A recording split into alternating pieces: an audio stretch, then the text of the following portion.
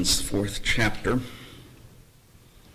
And beginning in verse 1 of that chapter and going through chapter 5 and verse 22 are some practical lessons. In the first 8 verses of chapter 4, it's warning against impurity, that they were to avoid fornication, and specifically. But verses 9 through 12, where we ended our study last time, there's some exhortations to brotherly love and honest industry. And Paul reiterated, even though there was no need because they were already involved in showing brotherly love, but he writes about the need for continued doing that. In verse 11, we are given then 5 admonitions or exhortations based upon verse 10's "we beseech you." In verse 11 that we said last time, we find 3 of those 5. They study to be quiet, to do your own business, and to work with your own hands.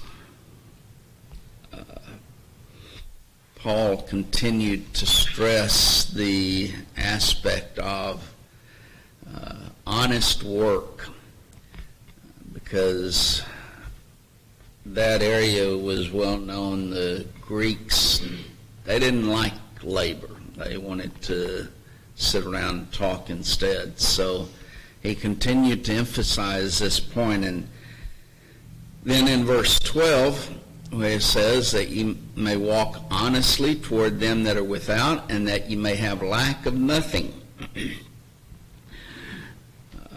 Walk honestly toward them that are without. They were to live their lives. That's what walking is, or walk indicates. It is a continuous lifestyle. So living their life in a way that non-Christians would speak well of them.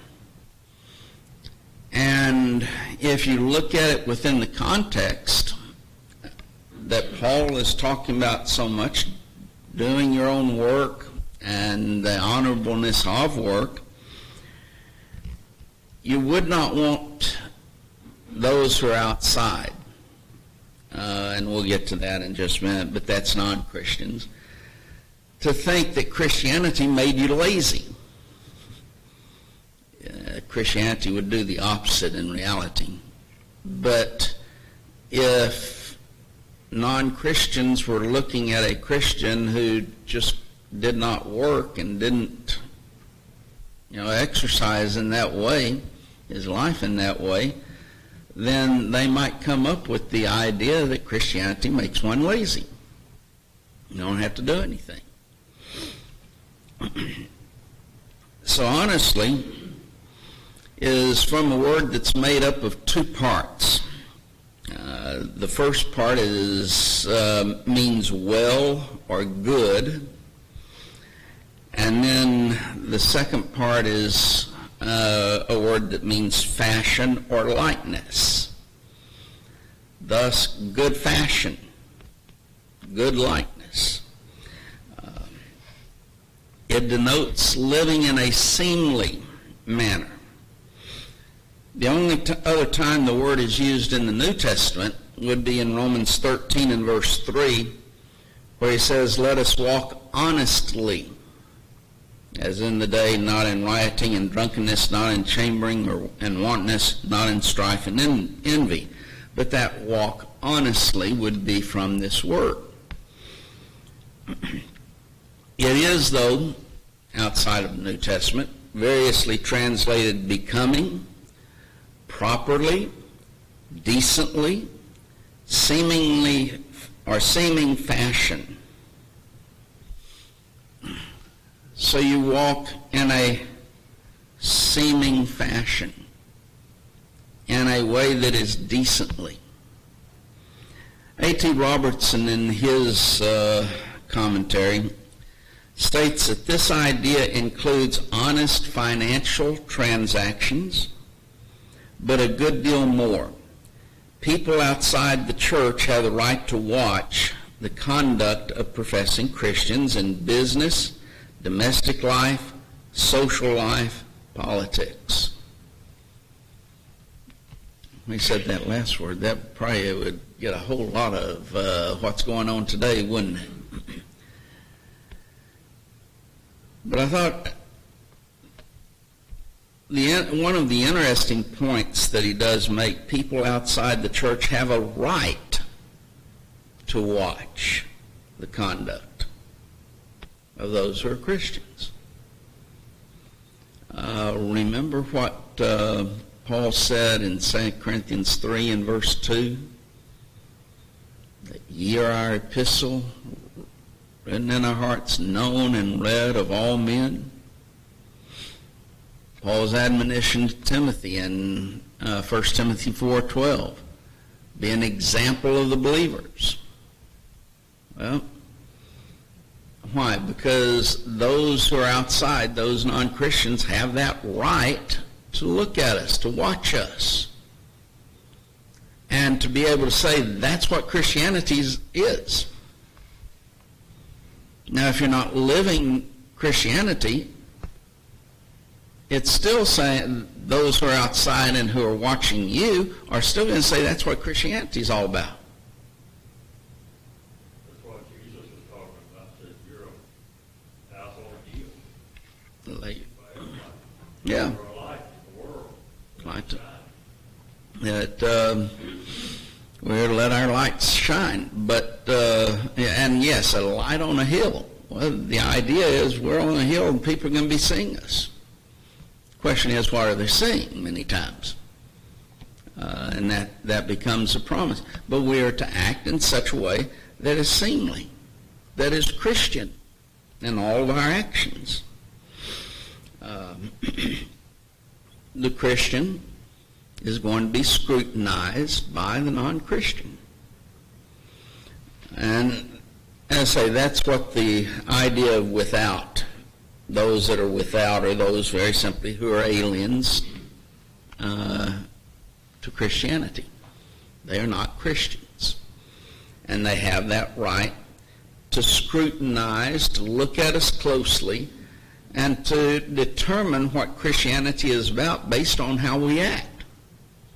That's the result of it. And so we as Christians have to make certain that we are demonstrating the light of the world within our life. We have to demonstrate Christianity and what it's all about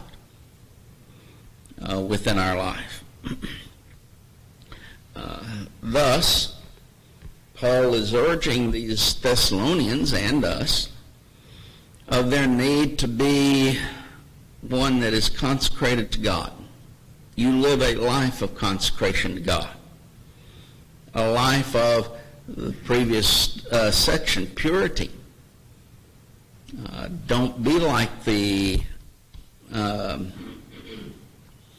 pagans that are around you, and the immorality and the ungodliness of the pagan religions.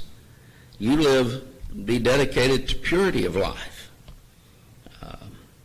You be zealous in fulfilling the Great Commission and teaching others about the gospel of Christ. Just to use an illustration in regards to that, if we as Christians, knowing the truth, knowing what it takes to be saved, knowing the results of those who are not going to be saved, what's going to happen to them, and then we have someone over here who we know and we don't tell them anything about it, would they not have the right to say, well, Christianity is not really all that important, is it?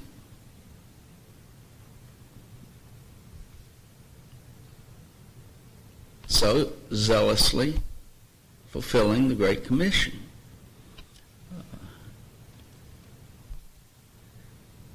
And yes, it would include with a benevolent attitude toward those in need. And thus doing good unto all men, especially those of the household of faith. So walk honestly toward them that are without, and that ye have lack of nothing.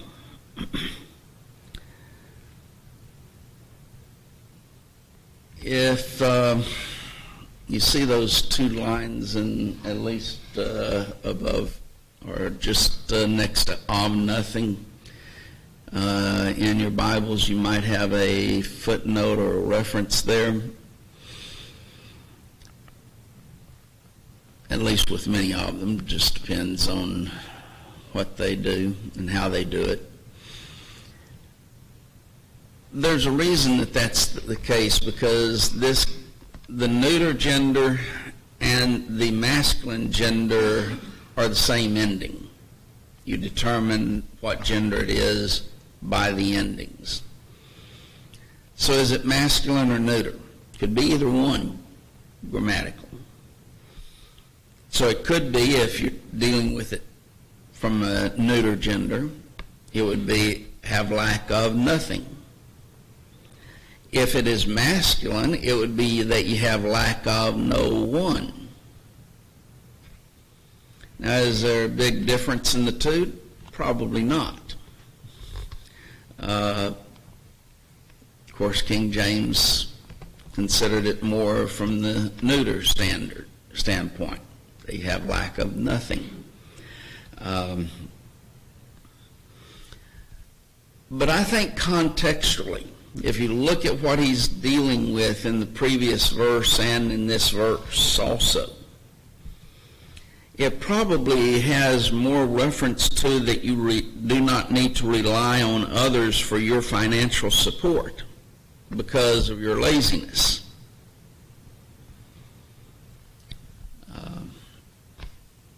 Someone lazy, what do?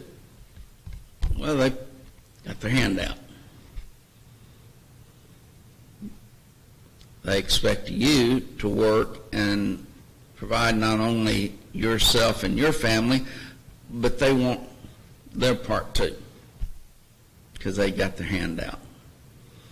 That's why those Joel Osteen type people need to come forward and give yourself the price and all that. You are like nothing. Yeah. I've even heard one on television that said, if you'll donate $300, I will guarantee God will have you debt free before this year's out. And that, well, I was expecting a big thunder and lightning then. Well, not only, do they have those who, all of your troubles, all of your worries, everything will be taken care of if you'll just come and give us your money. And yes, if you give a certain amount of money, you'll be debt-free. I've heard that one.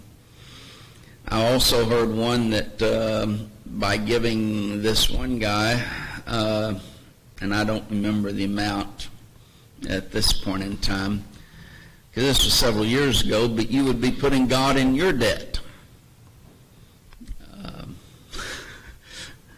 And, the thunder and lightning, you really expect on something like that God is going to be in your debt. So they've got all of that. And yes, people hear it from religion. That's not what religion is all about.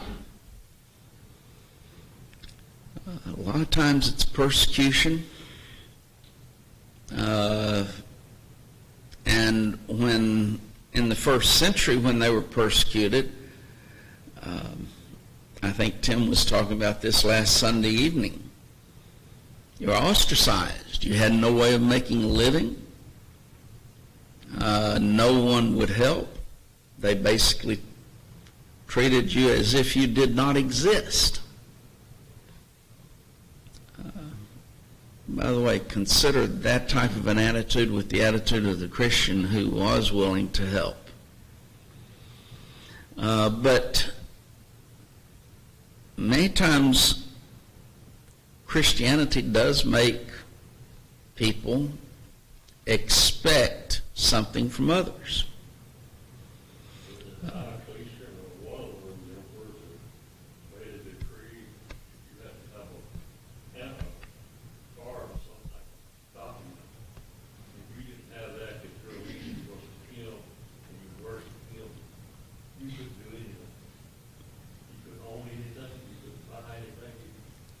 Mm-hmm. You had to have that was a document saying yeah.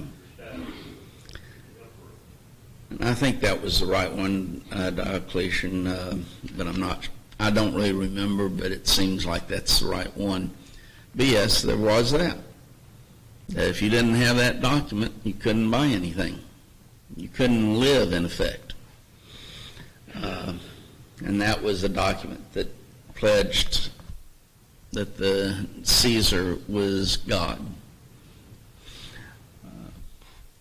But Christianity should not be that way, as far as making man lazy and thus depending upon others for their help.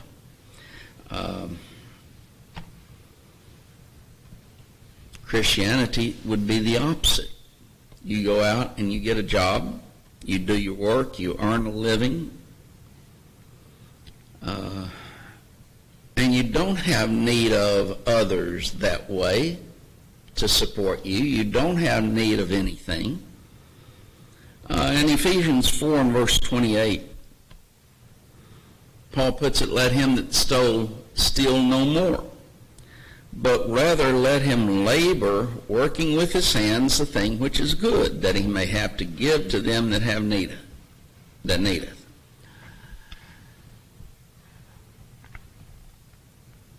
These, and I've seen almost it's starting to come back a great deal, that with all of the riots that have taken place and people going in and stealing things from businesses, just wiping out the business basically,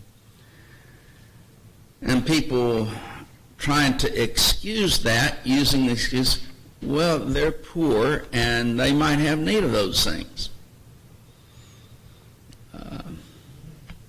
as if being poor justified stealing. Number one, it doesn't. But number two, they need to get a job. That's not what they want to hear, though. They'd want to hear, let me go in and steal whatever I want. And a lot of times what they steal is not needs. It's what they want or what they can sell to others and make a lot of money on.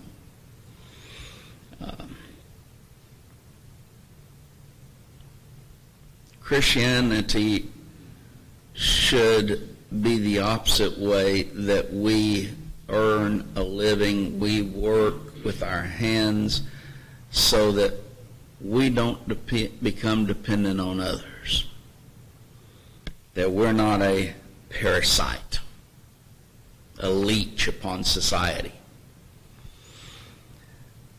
Robert Taylor, in his commentary on 1 Thessalonians, wrote this, and I thought it was a very powerful statement, so it's a little bit longer, but indolent shirkers who never put their hands to the plow of honest toil and honorable profession will ever be parasites on working society. Welfare and human services in America are too frequently the very synonyms of the heavy tax burden on willing workers to keep up unwilling workers. Many of these willing or unwilling workers have baby after baby out of wedlock because each additional child adds to the total of the monthly welfare check. People in poverty who are totally unable to help themselves are eminently worthy of the aid they receive. But those who can work and refuse to do so should be allowed to experience some real hunger pains. I thought he pretty much hit the nail on the head in this statement. We have far too many who are parasites on this society. The welfare state certainly has encouraged that very thing. I can remember when I was a teenager, a man going by and somebody didn't have a job. Said, well, come with me and I'll put you to work and pay you. Well, you pay me. And he told him a figure, I don't know what it was at that time, but he said, no, I can get more for not working than I can working for you. Well, we perpetrated thus, instead of letting that guy go hungry, the idea of society is going to provide you a living. Society is going to pay for you. Going to give you all of the food that you need. Society is going to give you money to do with what you wish. Society is going to do all of these things. And, Brother Taylor mentioned the child care. They learn very quickly. You have a child, government gives you money. Now, make sure you don't have a husband in the house, and then you get that money. Have another baby, they give you additional money. Have another one, even more money. And so they learn to become baby-producing machines with making sure that they have no husband in the house, and they get more and more money that way, provided by the government.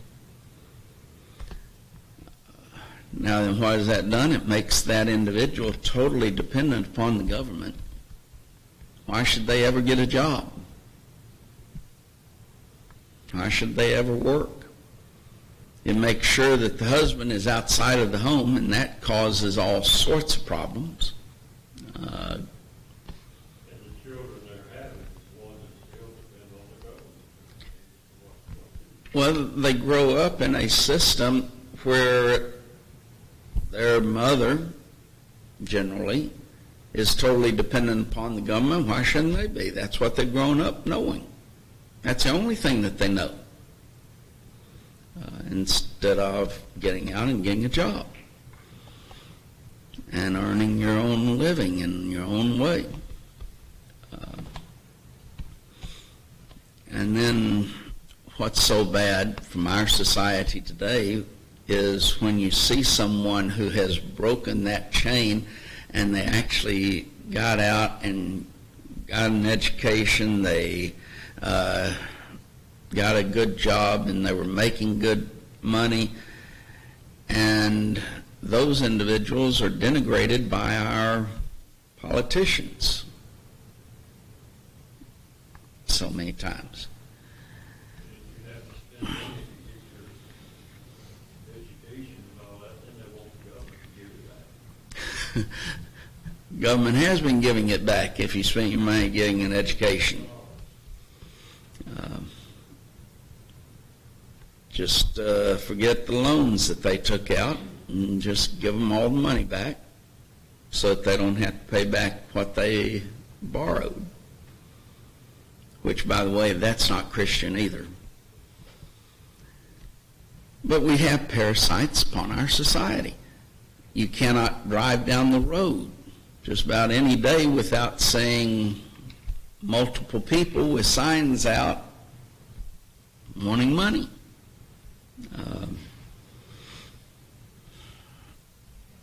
Know the way in which to get rid of all of those individuals doing that? If everybody would not give them anything, they'd quit.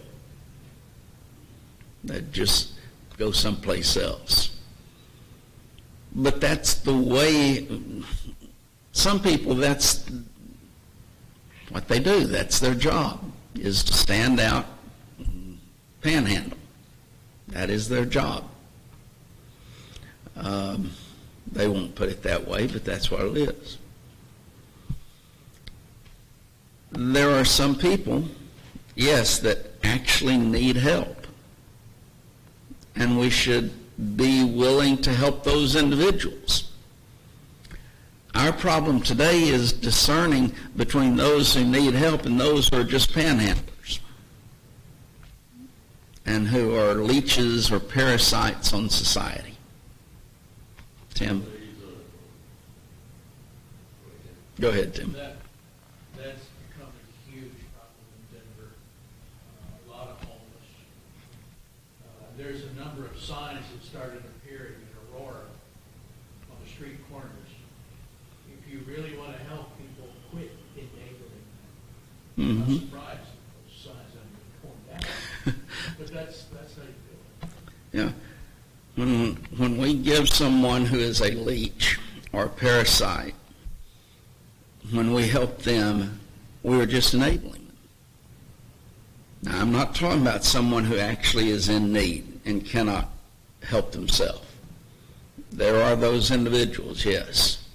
They need our help. But someone who has the ability to get out and help, we should not enable them. That's our mistake. When we enable.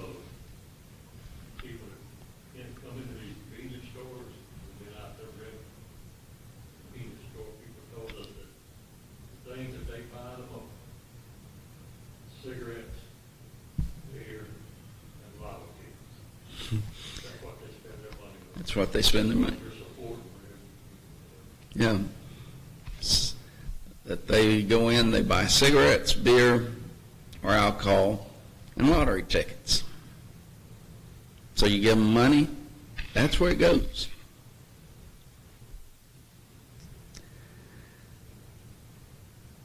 So there are leeches on society, and no doubt Paul is primarily dealing with this type of an attitude because he's saying you need to be able to present to outsiders that Christianity shows the honorableness of work. And don't become, as Brother Taylor uses the word, parasite on society. Christians need to show that. Let me add this, though. Even as there are parasites, I have called them leeches through the years, on society, there are leeches or parasites on the church as well. That they expect the church to do everything for them.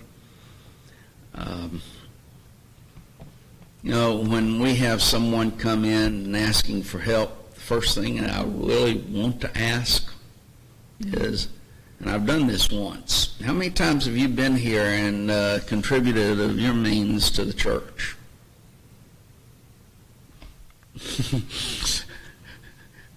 The one person didn't like that. He didn't appreciate it at all. I can remember when I was preaching in Burt Burnett, had this person call and waste my time for about 30 minutes arguing with me. Basically, his argument is the only purpose that the church has is to provide for him and others like him. A few years later, he called again. Same thing. And because we would not help him financially, he hated us, raked us over the coals, and how evil we were because we weren't doing what the Lord told us to do. Yet he had never been there. He had never contributed of his means. He was a leech on the church. Yes. Yeah, someone came in here, talked to the elders. I wasn't one of the elders then, but he wanted the elders to buy him a motorhome. They refused. And yes, he pulled out that you might be entertaining angels unawares, and you're not going to do this for them. Well, he didn't answer that.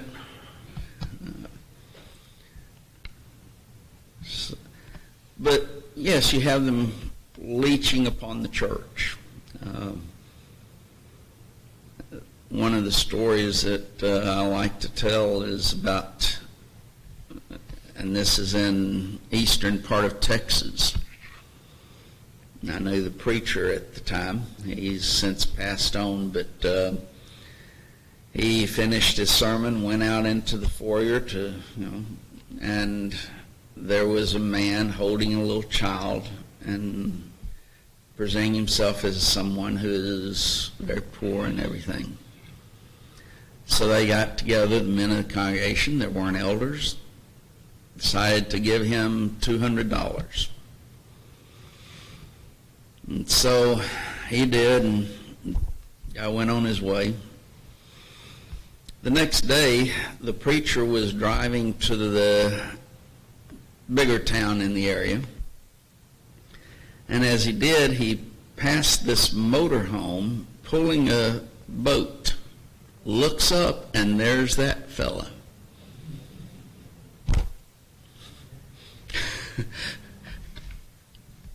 He didn't need any money. He'd leech upon the church and no telling how many other religious groups. So you got them dealing, coming to the churches to really become a parasite on the church. And again, there are those who are actually in need that we need to help. Sometimes it's difficult to determine which category are they in. Do your best and hope that you're right. Yes.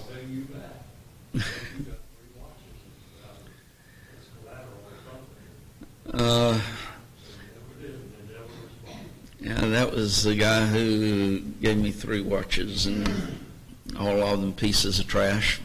I knew when he gave them to me they were. But I figured you were going to talk about that one that was a member of the church, and $75, I'm going to come back and I'm going to put it right here on this desk. He hadn't made it back yet. But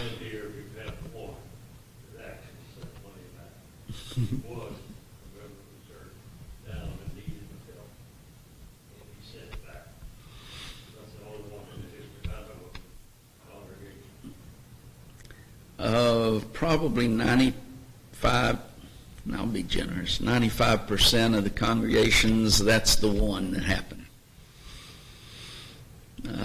Just doesn't happen. I've been told so many times that they'd pay me back. They don't. Never do. But then there's leeches that are members of the church who leech upon the church. They never do anything. They're never active in the church, yet they expect the church to be doing everything for them. That just leech, a parasite on the church. They never give of their means, but they expect you to be there with some finances when they need it. They never engage in the activities that the church is doing. Those are people who are parasites on the church. And it's certainly, in either situation, it's wrong.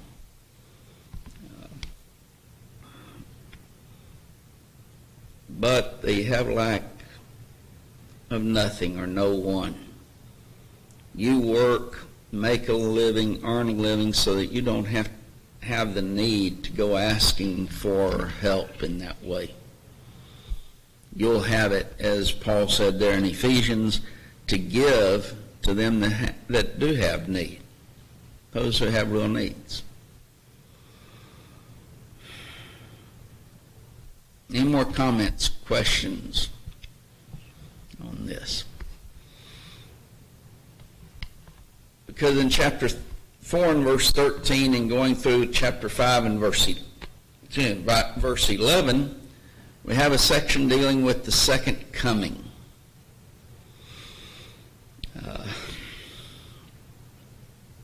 In verses 13 through 18, we have the state of the dead.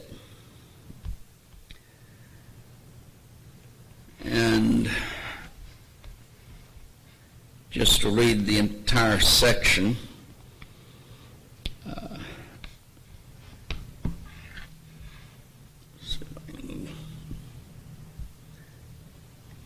he says, "But I would not have you to be ignorant, brethren, concerning them which are asleep, that ye sorrow not, even as others which have no hope. For if you believe that Jesus died and rose again, even so them which sleep in Jesus will God bring with him.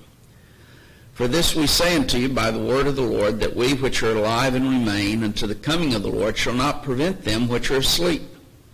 For the Lord himself shall descend from heaven with a shout, with the voice of the archangel, and with the trump of God, and the dead in Christ shall rise first.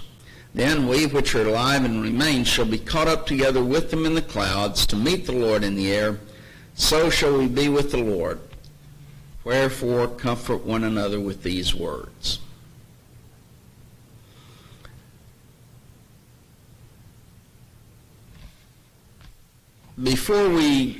After having read this section, before we actually get into studying it, this is one of the major passages of premillennialists who teach a rapture. Now then, as we read that, is there anything in there that talks about a rapture? As far as what they teach?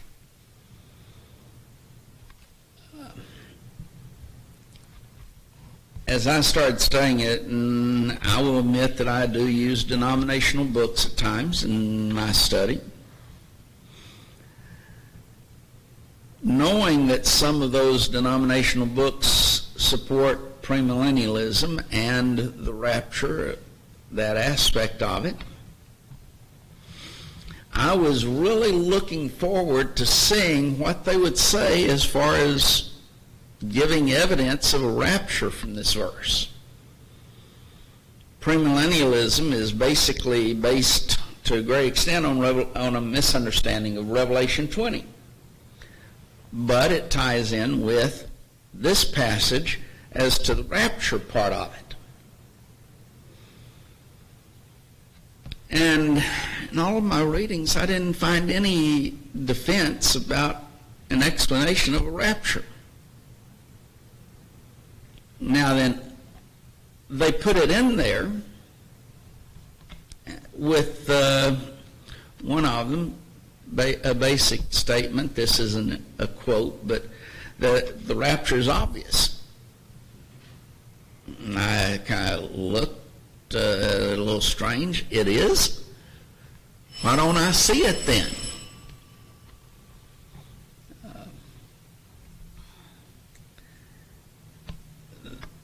In this, we have to understand what is under discussion, why it is written, what it is not discussing. Is there anything in this about those individuals who are going to be left behind here upon this earth? There's not really. Is there any discussion of those who are not Christians?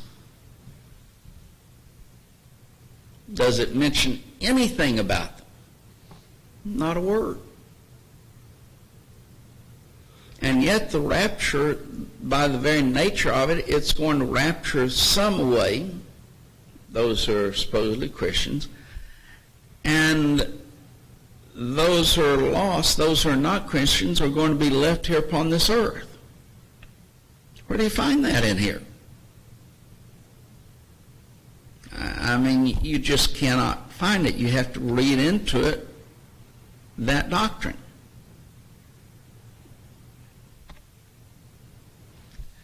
So, their doctrine of rapture don't mention if people coming here. They mention all going. yes. It says they're going to bring them with them. So, Yeah, that's true that in the rapture theory, people are going to be raptured away, but here we do have those who died and rose again, will God bring with him? Down in verse 14. Rapture doesn't have anything about that. Totally foreign to the rapture, because everyone's going to be raptured away. So, when you're looking at premillennialism and the rapture in particular, while this is the major passage that is used, it is an invention basically of the rapturist, because it's not really there. They just assume that the doctrine is there. They go into it, and here's one of the problems with Bible study, is you get a preconceived idea and you go to the text and you put that preconceived idea into the text, when in reality it's not there.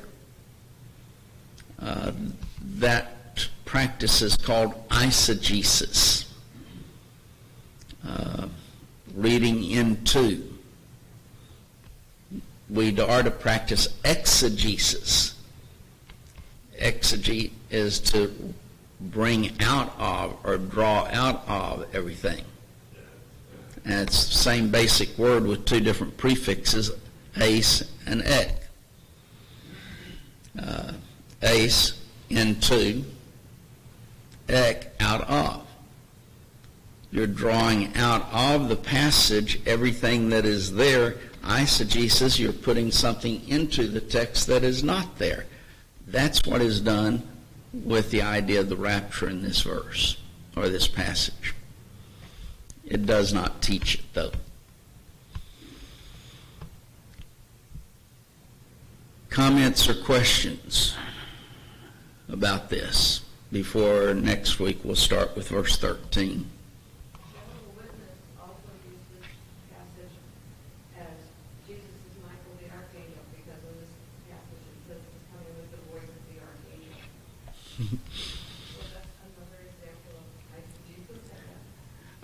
Yes, it would be. And they do try and get Michael being the archangel because they do not believe that Jesus is God. They believe he is a God, but not God. He's so he's Michael the archangel. Hebrews, the first chapter, I'll say, devastates that viewpoint. Which unto the angels said he at any time, thou art my son.